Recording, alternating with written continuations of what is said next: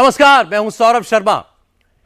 आप सोचिए, हिंदुस्तान की 543 लोकसभा सीटों में से नरेंद्र मोदी 200 से ज्यादा सीटों पर पहुंच चुके हैं। खुद मोदी का रोड शो, मोदी की रैलियां 200 के करीब हो चुकी हैं। विपक्ष का कोई ऐसा नेता नहीं है जिसका आंकड़ा 100 के भी पार गया हो। नरेंद्र मोदी ने मेहनत में कोई कमी नहीं की, लेकिन चुनाव सिर्फ मेहनत से तो नहीं जीता जाता। चुनाव जीता जाता है सही सोच से, सही अप्रोच से।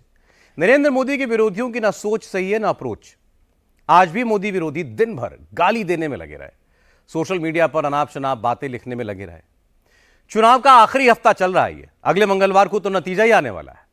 कांग्रेस के कुछ नेता भी बताते हैं कि अगर राहुल गांधी की लॉटरी भी निकल जाए फिर भी कांग्रेस 100 नहीं छू पाएगी। तो क्या नरेंद्र मोदी की 400 वाली भविष्यवाणी सच होने वाली है? 7वें चरण से पहले आने वाला रुझान आखिर क्या कहता है, आपको समझाते हैं। भाजपा 400 पार करने वाली है, 400 पार करने वाली है।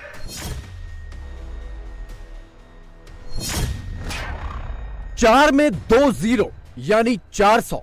तो क्या 4 जून को मोदी का फाइनल फिगर यही होगा? 2019 में राउंड 6 के बाद बीजेपी 278 सीटों पर थी। अब की बार बीजेपी का क्लेम है कि वो 5वें राउंड में ही 310 पार कर चुकी है। तो क्या छठे फेज के बाद वो 350 क्रॉस कर चुकी है? और क्या 7वें फेज के बाद 400 पार की 100% गारंटी है? डिटेल आगे देंगे, पहले मोदी विरोधियों का नंबर चेक करते हैं। कांग्रेस 40 के अंदर सिमटने वाली।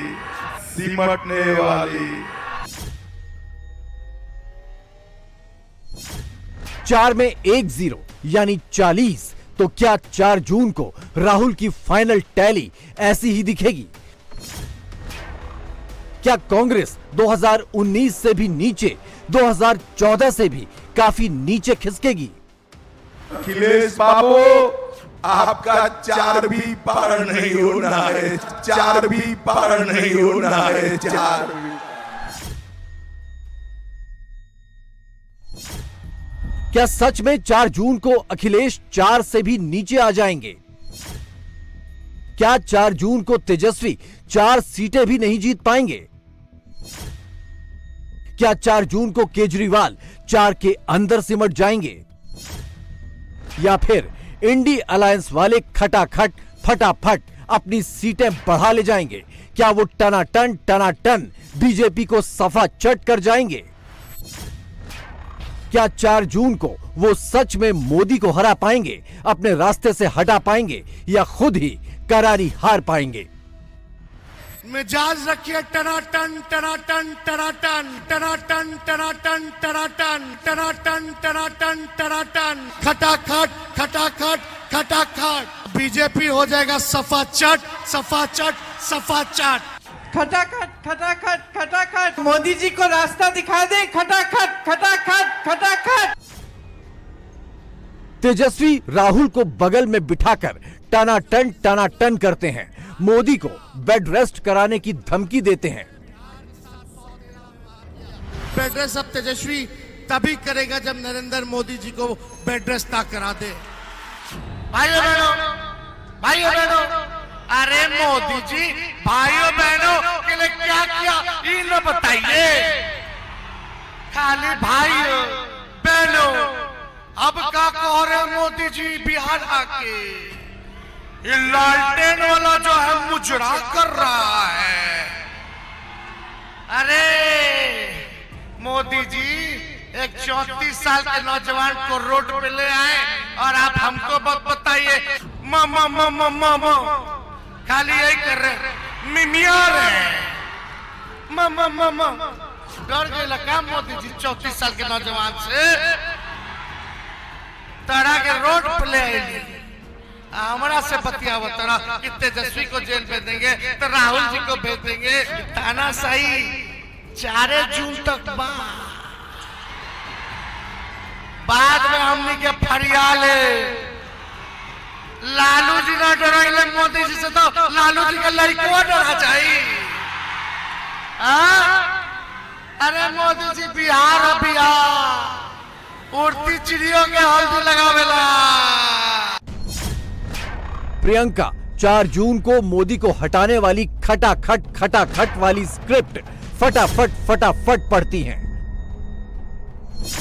राहुल यूपी बिहार में आंधी तूफान की बात करते हैं, पहले ऑफ कैमरा कहते हैं 4 जून को मोदी प्रधानमंत्री नहीं बनेंगे।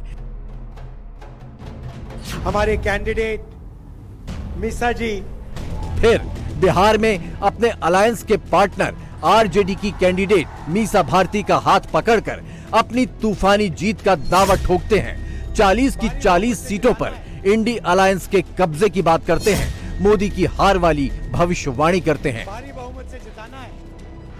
नरेंद्र मोदी कुछ भी कहें, 4 जून के बाद इंडिया की सरकार आने वाली है। बिहार में कम से कम 40 सीटें आनी है, 1 सीट भी नहीं जानी चाहिए। इंडिया गठबंधन को पूरी की पूरी मिलनी चाहिए। भाई और बहनों, तूफान आ रहा है उत्तर प्रदेश में और बिहार में। इंडिया गठबंधन का तूफान आ रहा है, मैं आपको बता रहा हूं। एक बात लिख के ले लो, नरेंद्र मोदी हिंदुस्तान के प्रधानमंत्री नहीं बनने जा रहे हैं, ये गारंटी करके ले लो। उधर यूपी में अखिलेश बीजेपी के विदाई समारोह वाला पोस्ट लिखते हैं, मोदी की 400 हार होगी, रिपीट मोड में कहते हैं। जो लोग हैं सत्ता में वो जान गए हैं कि 4 जून के बाद उनकी सरकार बनने वाली नहीं है।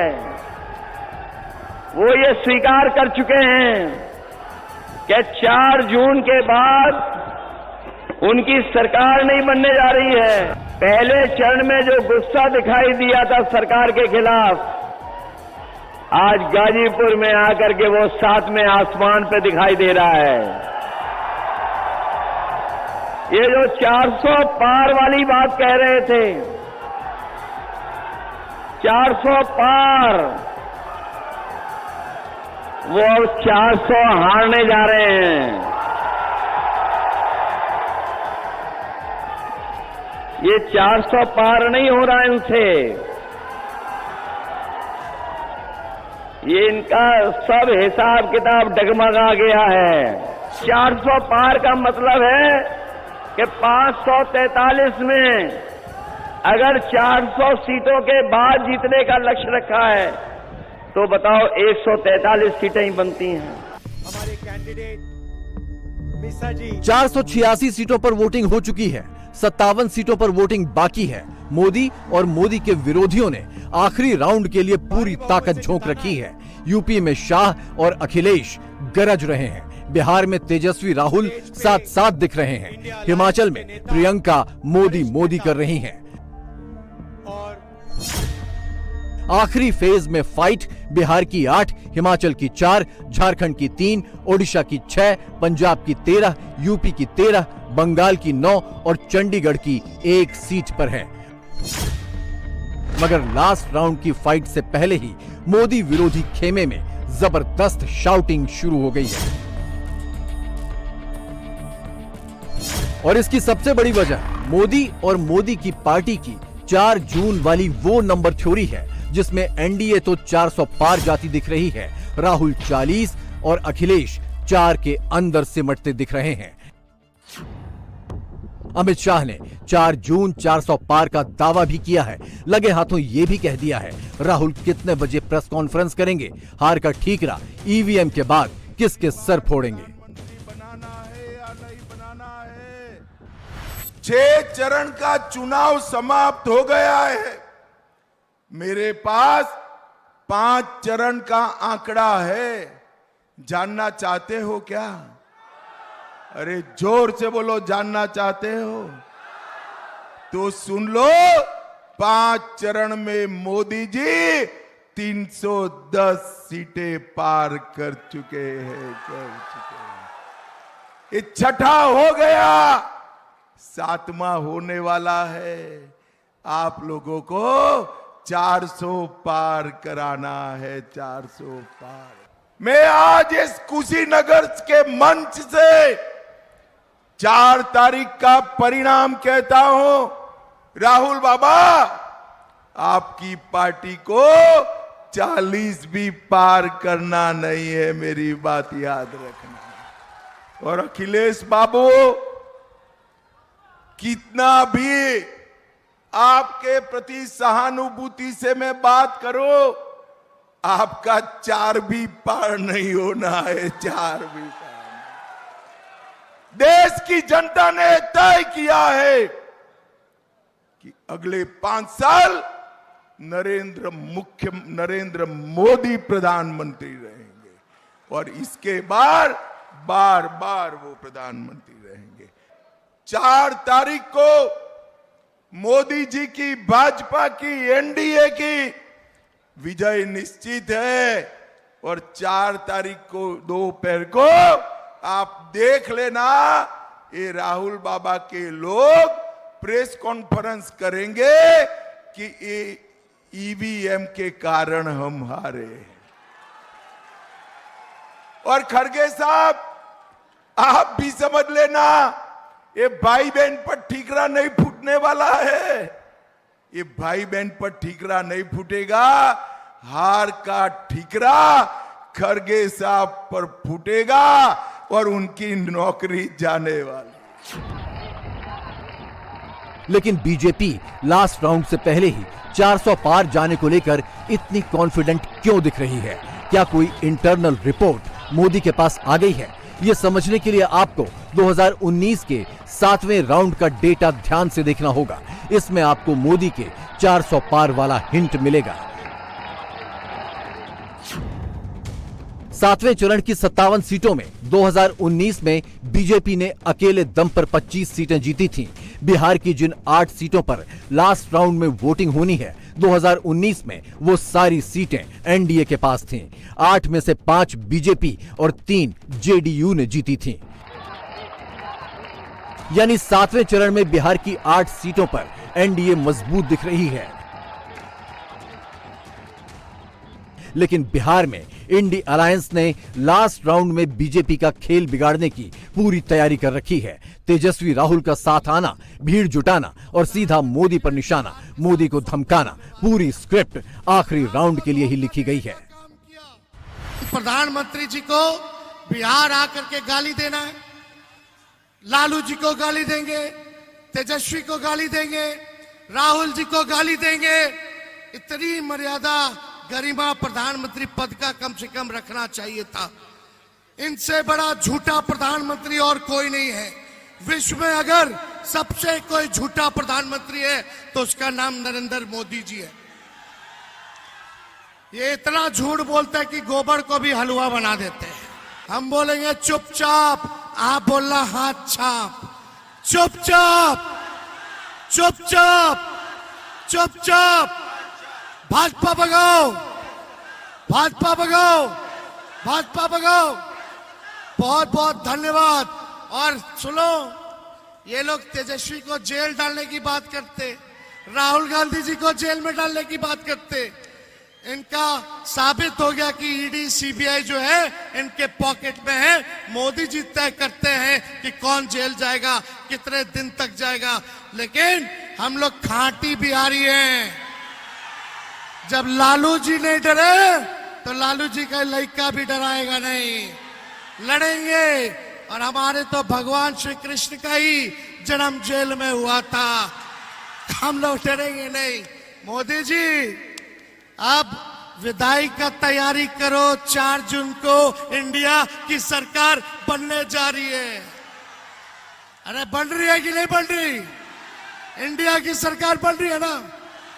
उसके बाद कौन क्या कहां जाएगा वो जनता तय करेगी। हमारे कैंडिडेट। सियासत में बैलेंस बनाकर रखना बहुत जरूरी होता है। 7वें चरण में बैलेंस की बहुत जरूरत होगी। राहुल और तेजस्वी की जोड़ी कोशिश तो खूब कर रही है, मगर बिहार की पिच पर बैलेंस बनाए रखने में इंडी अलायंस को थोड़ी दिक्कत भी हो रही है। राहुल का मंच टूटना और फिर राहुल का लड़खड़ाना सियासी मायने में शुभ संकेत नहीं है। बावजूद इसके मोदी को दी जा रही धमकियों वाले तेवर में कहीं कोई कमी नहीं दिख रही।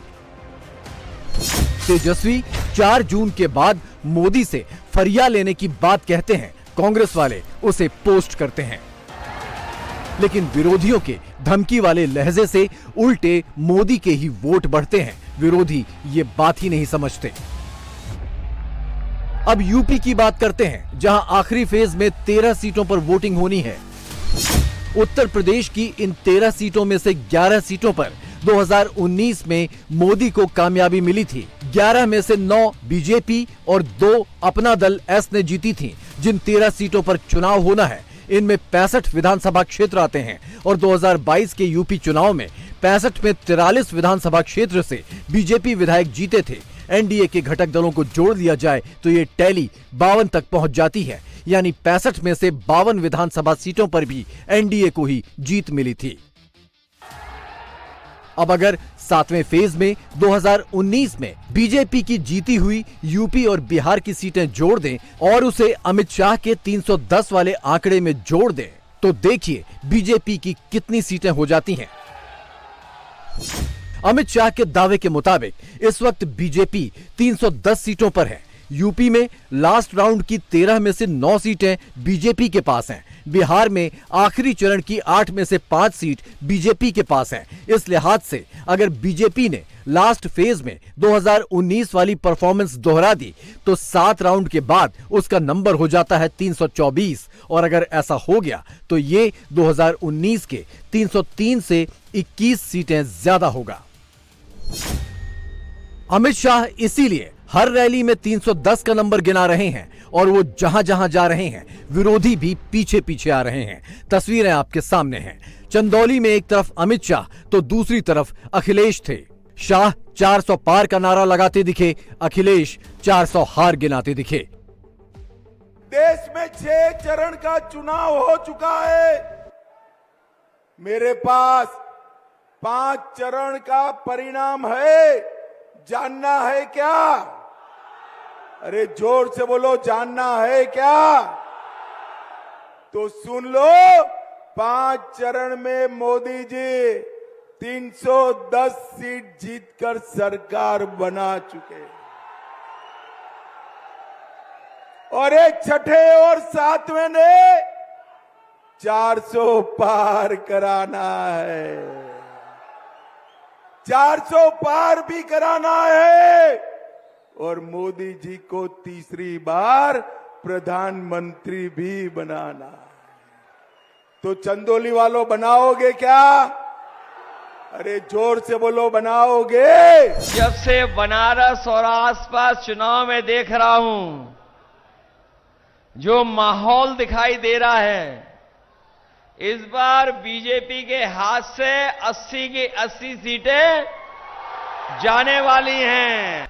मैं देख रहा हूं कि पूर्वांचल की धरती पर जैसे जैसे चुनाव आया है, यहां के लोगों ने,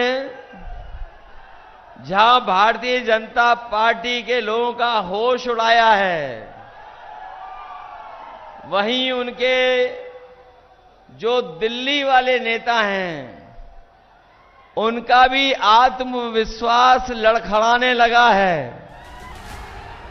बीजेपी का खुद भी मानना है कि वो 4 जून को 330 वाली रेंज में रह सकती है, मगर इसमें ऊपर नीचे भी हो सकता है। इसलिए मोदी के लिए जरूरी है कि वो लास्ट राउंड में ओडिशा की 6, बंगाल की 9 और पंजाब की 13 सीटों पर फुल फोर्स से लड़ें।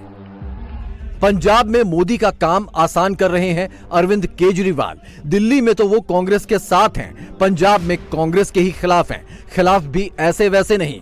केजरीवाल तो वोटर्स से ये तक कह रहे हैं कि पंजाब में कांग्रेस को 0 कर दो, आम आदमी पार्टी को 13 की 13 सीटें दे दो। आप लोगों का और साथ चाहिए हम लोगों को।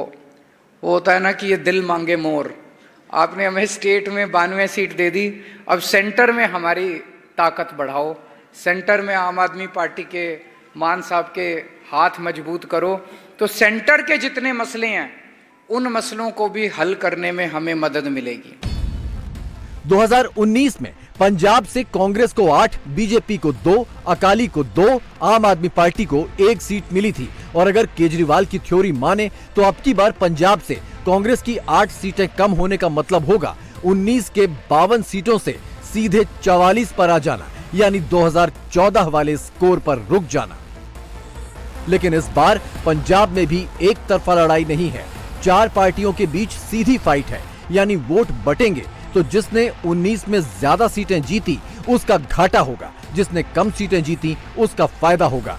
लेकिन कांग्रेस वाले अभी भी इस थ्योरी से इनकार कर रहे हैं। वो 400 तो छोड़िए, मोदी के 300 पार पर भी सवाल उठा रहे हैं। मुझे तो आश्चर्य, क्योंकि अमित शाह जी कितने चुनाव में क्या क्या आंकड़े दिए हैं, अब सब मैटर ऑफ रिकॉर्ड है। आप देख लीजिए कि वेस्ट बंगाल चुनाव में कितना कहा था, हिमाचल चुनाव में कितना कहा था।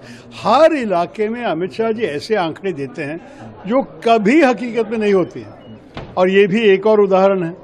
तो मेरे ख्याल में जो भी अमित शाह ने कहते हैं ना, उसको आप डिस्काउंट कीजिए करीब 30-40%, और फिर देखेंगे कि क्या असलियत होगा।